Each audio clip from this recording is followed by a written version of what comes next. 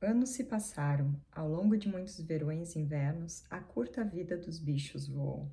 Chegou-se um tempo em que, com exceção de Esmeralda, Benjamim, o corvo Moisés e alguns porcos, ninguém mais se lembrava dos dias antes da rebelião. Muriel estava morta, Violeta, Jasmim e Pito estavam mortos. Jones estava morto. Morrera em um asilo para alcoólatras, em outra cidade do interior. Bola de Neve fora esquecido. Poçante fora esquecido, exceto pelos poucos que o haviam conhecido. Esmeralda era então uma égua idosa e robusta, com articulações enrijecidas e olhos remelentos. Há 2 anos atingira a idade de se aposentar, mas nenhum dos bichos, em verdade, jamais havia se aposentado. A ideia de reservarem um canto do pasto para os bichos aposentados há muito fora descartada. Napoleão já era um porco maduro de quase 150 quilos. Bufo estava tão gordo que mal conseguia enxergar através da própria banha. Apenas o velho Benjamim parecia o mesmo de sempre, salvo pelo focinho um pouco mais grisalho e por estar, desde a morte de Poçante, mais rabugento e taciturno do que nunca. Agora havia muito mais criaturas na fazenda, embora o crescimento não fosse tão grande quanto esperado nos anos anteriores. Para muitos dos bichos nascidos nessa época, a rebelião era apenas uma tradição apagada, transmitida de boca em boca, e aqueles comprados de fora antes de chegarem nunca haviam sequer ouvido falar dela. A fazenda então possuía 3 cavalos além de Esmeralda. Eram feras bem aprumadas, trabalhadores dedicados e bons camaradas, mas um tanto idiotas. Nenhum deles era capaz de aprender o alfabeto para além da letra B. Aceitavam tudo o que lhes era dito acerca da rebelião e dos princípios do animalismo, especialmente por Esmeralda, por quem tinham um respeito quase filial, mas o quanto verdadeiramente entendiam de tudo aquilo era de se desconfiar. A fazenda, então, era mais próspera e bem organizada, até mesmo anexara 2 terrenos comprados do Sr. Pilkington. O moinho fora finalmente construído e a fazenda possuía uma debulhadora e seu próprio elevador de feno. Além disso, várias outras novas instalações foram adicionadas. Whymper comprou uma carroça para seu próprio uso. O moinho, entretanto, não foi usado no fim das contas para gerar energia elétrica. Usaram-no para moer grãos, o que trouxe um lucro estupendo. Os bichos trabalhavam duro na construção de outro moinho. Foi dito que, quando terminassem, instalariam os dínamos. Mas os luxos com que Bola de Neve no passado ensinara os bichos a sonhar, os estábulos com luz elétrica e água aquecida e a semana de 3 dias, já não se falava de nada disso. Napoleão acusou tais ideias como contrárias ao espírito do animalismo. A verdadeira felicidade, dizia ele, estava em trabalhar duro e viver frugalmente.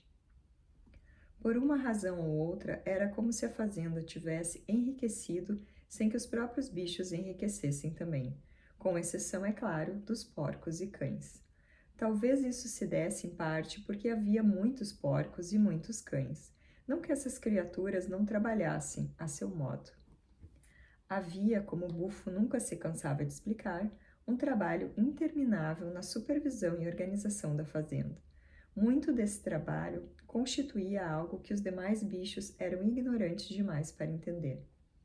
Bufo contou-lhes, por exemplo, que os porcos despendiam diariamente um labor colossal em coisas misteriosas chamadas arquivos, relatórios, atas e memorandos.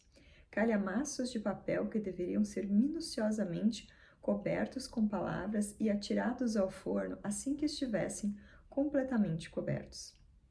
Eram de suma importância para o bem-estar da fazenda, disse Bufo.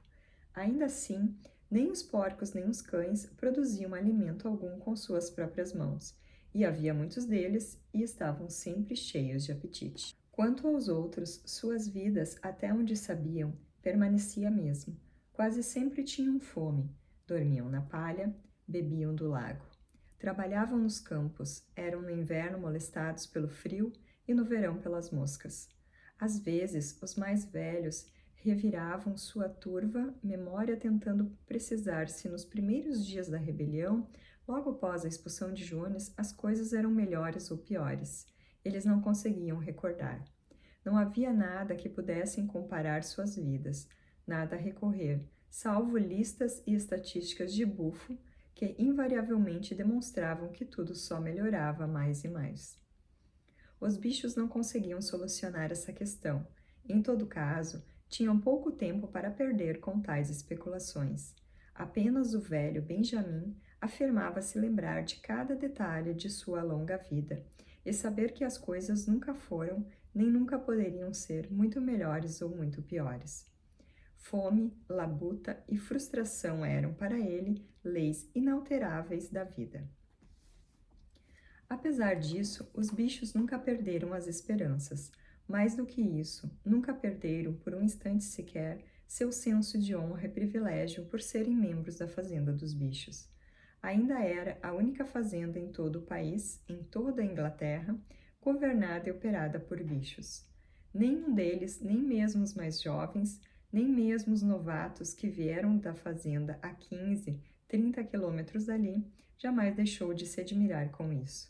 E quando eles ouviam o disparo da espingarda e viam tremular a bandeira verde no mastro, seus corações se inchavam com imperecível orgulho. E a conversa sempre se voltava aos velhos dias de heroísmo, à expulsão de Jones, à escritura dos 7 mandamentos, às grandes batalhas em que os humanos invasores foram derrotados, nenhum dos antigos sonhos fora abandonado. Ainda se acreditava na República dos Bichos profetizada pelo Major, quando os verdes campos da Inglaterra não seriam mais pisados por pés humanos. Haveria de chegar eventualmente, talvez não tão cedo, talvez não durante a vida de nenhum daqueles bichos, mas ainda haveria de chegar. Talvez até a melodia de Bichos da Inglaterra ainda fosse cochichada por aí. Fato era que todos os bichos da fazenda a conheciam, embora nenhum ousasse cantá-la em alta voz. Sim, suas vidas eram duras, e nem todas as suas esperanças se concretizaram. Porém, eles estavam conscientes de que não eram como os outros bichos. Se sentiam fome, não era por alimentarem homens tiranos. Se trabalhavam duro, ao menos trabalhavam para si. Nenhuma criatura dentre eles andava sobre 2 patas. Nenhuma criatura chamava a outra de senhor. Todos os bichos eram iguais.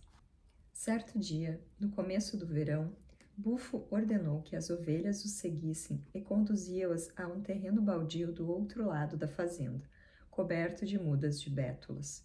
As ovelhas passaram o dia inteiro ali, pastando as folhas sob a supervisão de Bufo. À noite, ele retornou ao casarão, mas como estava quente, disse às ovelhas para que permanecessem onde estavam. No fim das contas, elas ficaram ali por uma semana inteira, tempo durante o qual não foram vistas por nenhum dos outros bichos.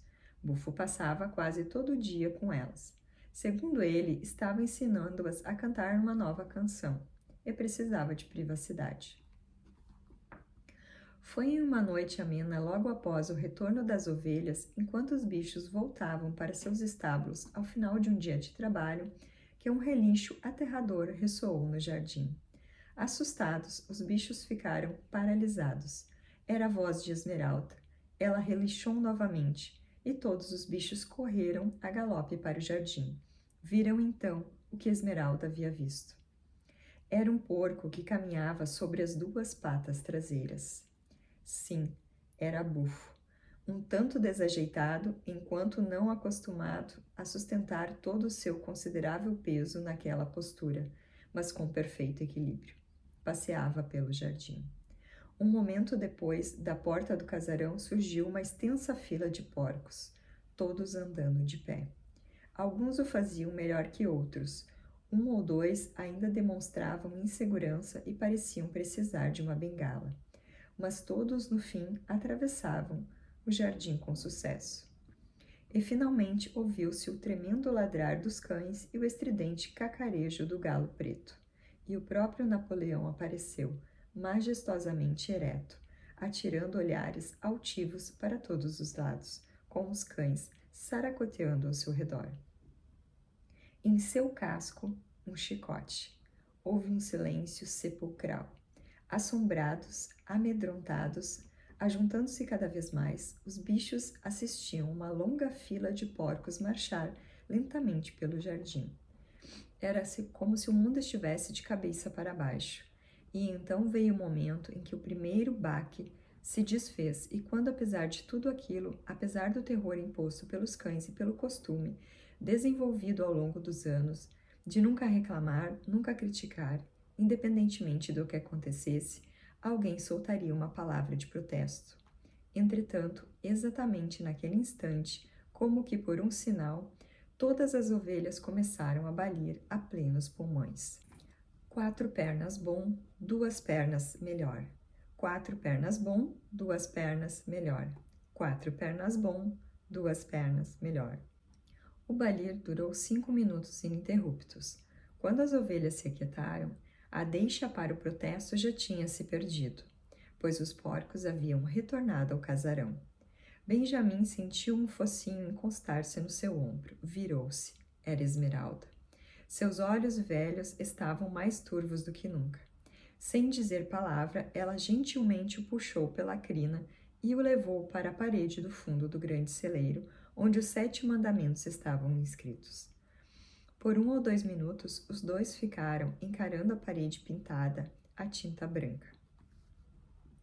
Minha visão está falhando, ela disse enfim.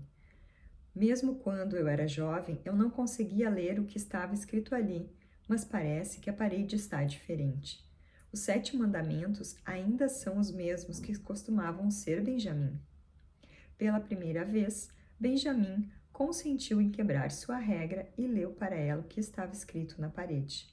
Não havia nada a não ser um único mandamento. Lia-se: todos os bichos são iguais, mas alguns são mais iguais que os outros. Depois disso, os bichos já não estranharam ao ver, no dia seguinte, que todos os porcos que supervisionavam o serviço na fazenda carregavam chicotes. Não estranharam quando souberam que os porcos haviam comprado aparelhos de rádio móvel, pretendiam instalar um telefone e haviam assinado os periódicos John Bull, Titbits e Daily Mirror. Não estranharam quando Napoleão foi visto perambulando pelo casarão com um cachimbo na boca. Não, nem mesmo quando os porcos tiraram as roupas do Sr. Jones dos armários e as vestiram. Napoleão com sobretudo preto, calça de caçador e botas de couro, enquanto sua porca preferida usava o vestido de seda moiré que a Sra. Jones costumava vestir aos domingos. Uma semana depois, à tarde, algumas carroças chegaram à fazenda. Uma delegação de fazendeiros vizinhos havia sido convidada para fazer uma ronda de inspeção. Foram conduzidos por toda a fazenda e demonstraram grande admiração por tudo que viram, principalmente pelo moinho de vento. Os bichos estavam capinando a plantação de nabos. Trabalhavam diligentemente, quase sem tirar olhos do chão, e sem saber se deviam temer mais os porcos ou os visitantes humanos. Naquela noite, altas gargalhadas e uma ruidosa cantoria brotaram do casarão. Ouvindo a súbita confusão de vozes, os bichos foram tomados por curiosidade. O que poderia estar acontecendo ali agora que os bichos e os homens, pela primeira vez, se encontravam em pé de igualdade? Juntos, os bichos se dirigiram o mais silenciosamente possível para o jardim do casarão. Hesitaram diante do portão, com medo de prosseguir, mas Esmeralda abriu caminho. Subiram até a casa sem fazer barulho, e os bichos mais altos ficaram espreitando pela janela da sala de jantar. Ali, em torno da grande mesa, meia dúzia de fazendeiros e meia dúzia dos mais eminentes porcos se sentavam. Napoleão tomando o assento de honra na porta. Os porcos aparentavam estar totalmente confortáveis em suas cadeiras. Os presentes se entretinham como um jogo de baralho, mas o interromperam por um instante, para fazer um brinde, evidentemente. Um grande jarro de cerveja circulava pela mesa, mantendo todas as canecas cheias. Ninguém notou as faces interrogativas dos bichos nas janelas. O Sr. Pilkington, de Foxwood, levantou-se com a caneca em mãos. Disse que pediria um brinde a todos os presentes em um instante. Antes, porém, sentia-se na obrigação de dizer algumas poucas palavras. Trazia-lhe tremenda satisfação, e estava certo de que aos demais também, saber que um longo período de suspeitas e desentendimentos havia chegado ao fim. Houve um tempo, não que ele ou qualquer outro dos presentes tivesse compartilhado desse sentimento, mas houve um tempo em que os respeitáveis proprietários da fazenda dos bichos eram tratados, não exatamente com hostilidade, mas possivelmente com uma certa desconfiança por seus vizinhos humanos. Infelizes incidentes ocorreram, ideias equivocadas se espalharam. Sentia-se que a existência de uma fazenda possuída e administrada por porcos era como que anormal e fadada a abalar as estruturas da vizinhança. Muitos fazendeiros assumiram, sem a investigação devida, que em fazendas como esta um espírito de libertinagem e indisciplina haveria de prevalecer. Eles tinham receio do efeito que ela produziria em seus próprios bichos ou mesmo em seus empregados humanos. Entretanto, todas as dúvidas se dissiparam. Hoje, ele e seus amigos visitaram a fazenda dos bichos e inspecionaram cada centímetro com seus próprios olhos. O que encontraram? Não apenas os métodos mais modernos, mas uma disciplina e uma ordem que deveriam servir de exemplo para fazendeiros do mundo todo. Ele cria ter razão ao dizer que os mais inferiores da fazenda dos bichos trabalhavam mais e recebiam menos comida do que qualquer bicho da região. De fato, ele e seus colegas visitantes pretendiam introduzir muito do que viram em suas próprias fazendas imediatamente. Ele concluíra seu comentário, disse, enfatizando novamente os sentimentos de amizade que existiam e continuariam existindo entre a fazenda dos bichos e seus vizinhos. Não havia, nem era necessário haver, nenhum conflito de interesses entre porcos e humanos. Suas lutas e suas dificuldades eram uma só. A questão do trabalho não era a mesma em todos os lugares? Notou-se ali que o Sr. Pinton lançaria para os presentes algum chavão muito bem planejado, mas primeiro foi preciso vencer a empolgação. Após muitos engasgos, durante os quais seus múltiplos queixos foram se rocheando, ele conseguiu soltar. Assim como vocês têm que lidar com seus bichos mais baixos, assim nós com nossas classes mais baixas. Essa sacada causou o maior rebuliço na mesa, e o Sr. Pimpton parabenizou novamente os porcos pelas provisões reduzidas, pelas longas horas de trabalho e pela ausência geral de regalias que puderam perceber na fazenda dos bichos. E então, disse finalmente, pediria aos presentes para se levantarem e encherem suas canecas. Cavalheiros, finalizou o Sr. Pinton, cavalheiros, um brinde à prosperidade da fazenda dos bichos. Todos aplaudiram e bateram os pés entusiasmados. Napoleão estava tão contente que saiu de seu lugar para bater sua caneca à do Sr. Pinton, do outro lado da mesa, antes de esvaziá-la. Quando os aplausos terminaram, Napoleão, que se mantivera de pé, disse que também tinha algumas palavras a dizer. Como todos os discursos de Napoleão, esse foi breve e direto ao ponto. Disse que também estava feliz pelo fim do período de desentendimentos. Por muito tempo ocorreram rumores, os quais ele tinha razões para pensar terem sido propagados por algum inimigo maligno, de que algo subversivo e revolucionário ocorria sob os cuidados seus e de seus companheiros. Fora-lhes atribuída a tentativa de incitar à rebelião os bichos das fazendas vizinhas. Não havia nada menos verdadeiro. Seu único desejo, agora como no passado, era viver em paz e em boas relações com seus vizinhos. Esta fazenda, que ele tinha a honra de controlar, acrescentou, era um empreendimento operativo. As escrituras em posse dele pertenciam a todos os porcos. Ele disse não acreditar que nenhuma das antigas suspeitas ainda se mantinha, mas certas mudanças haviam sido feitas recentemente na rotina da fazenda a fim de ganhar ainda mais a confiança geral. Até então, os bichos da fazenda tinham um costume um tanto tolo de tratar-se mutualmente de camarada. Isso seria vedado.